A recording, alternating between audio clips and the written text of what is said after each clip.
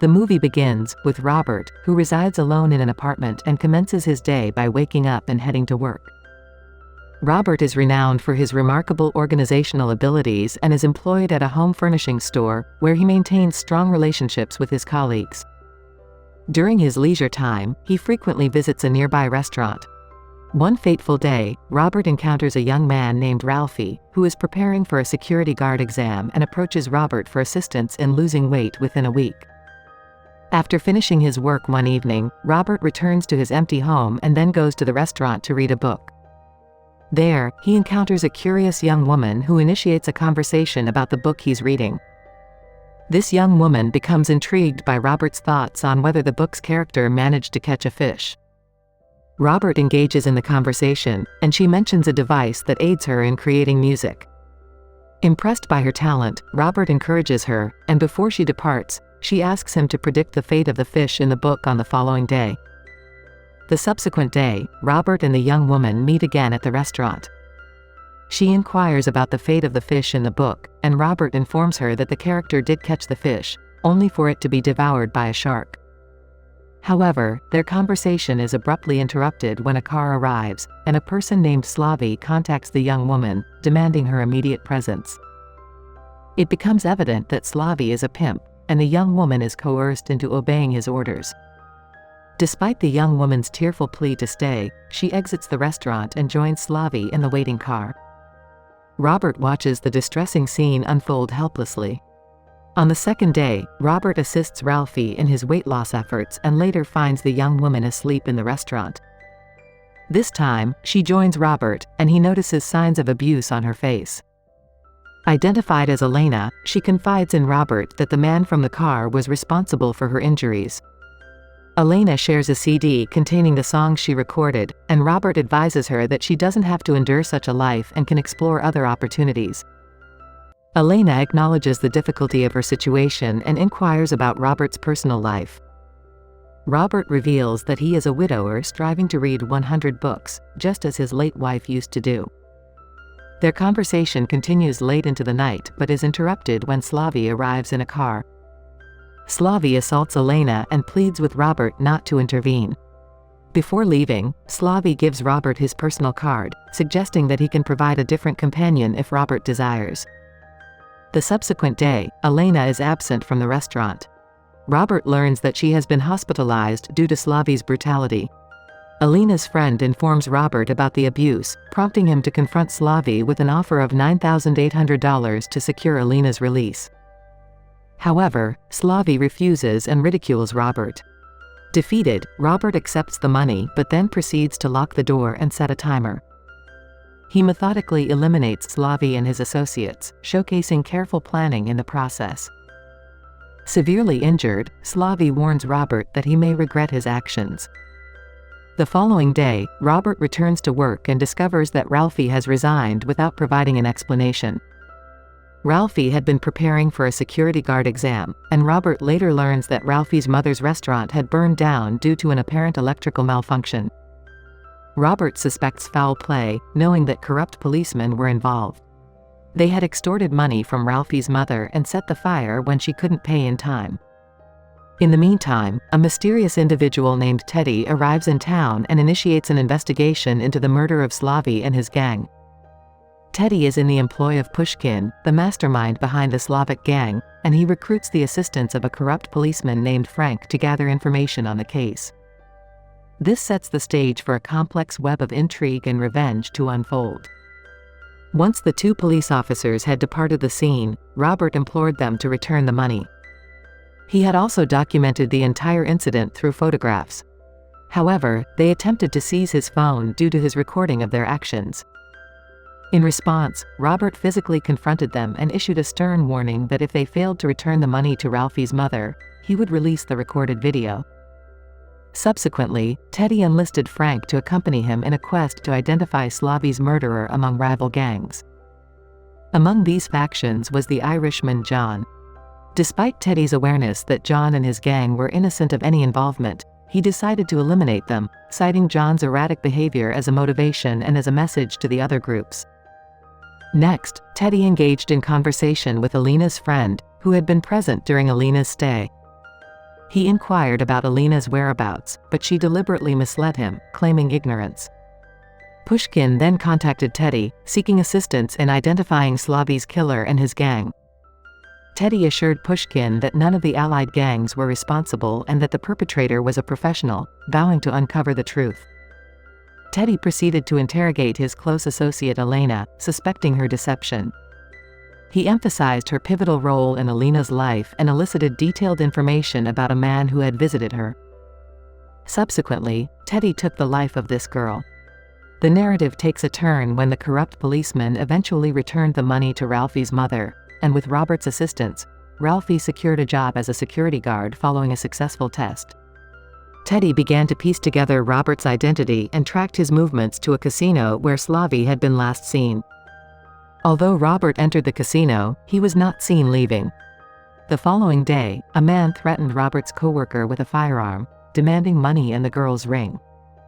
Due to the presence of children, Robert couldn't retaliate physically and instead instructed the girl to comply.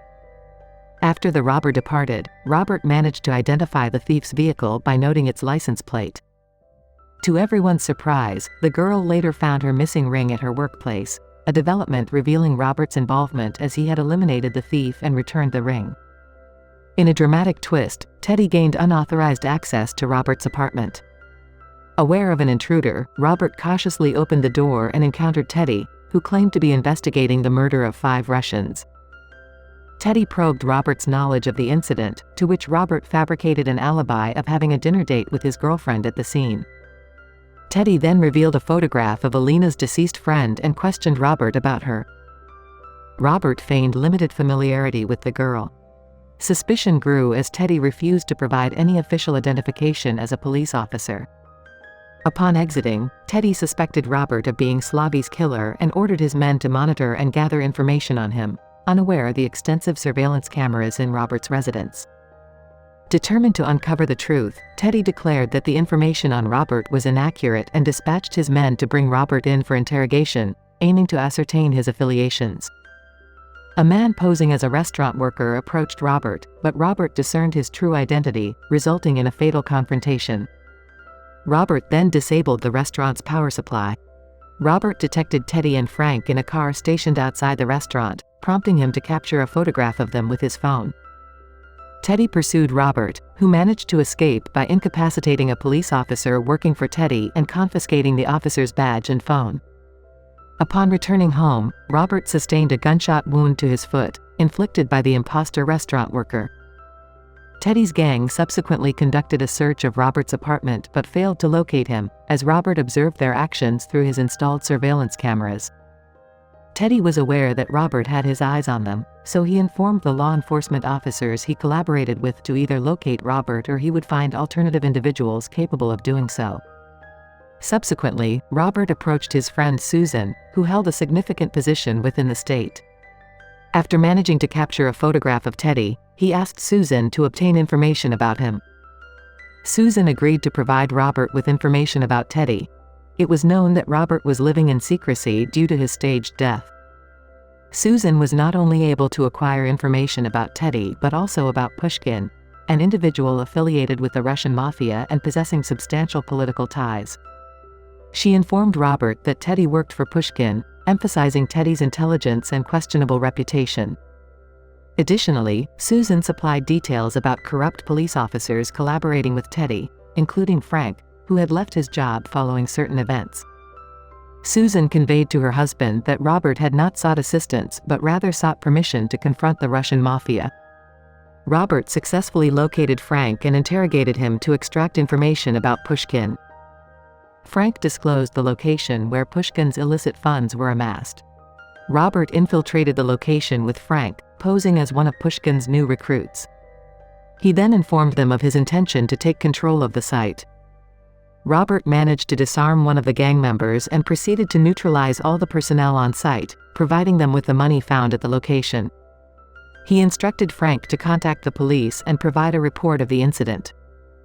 The authorities arrived, arresting Frank and seizing all the illegal money, along with detaining Pushkin's associates.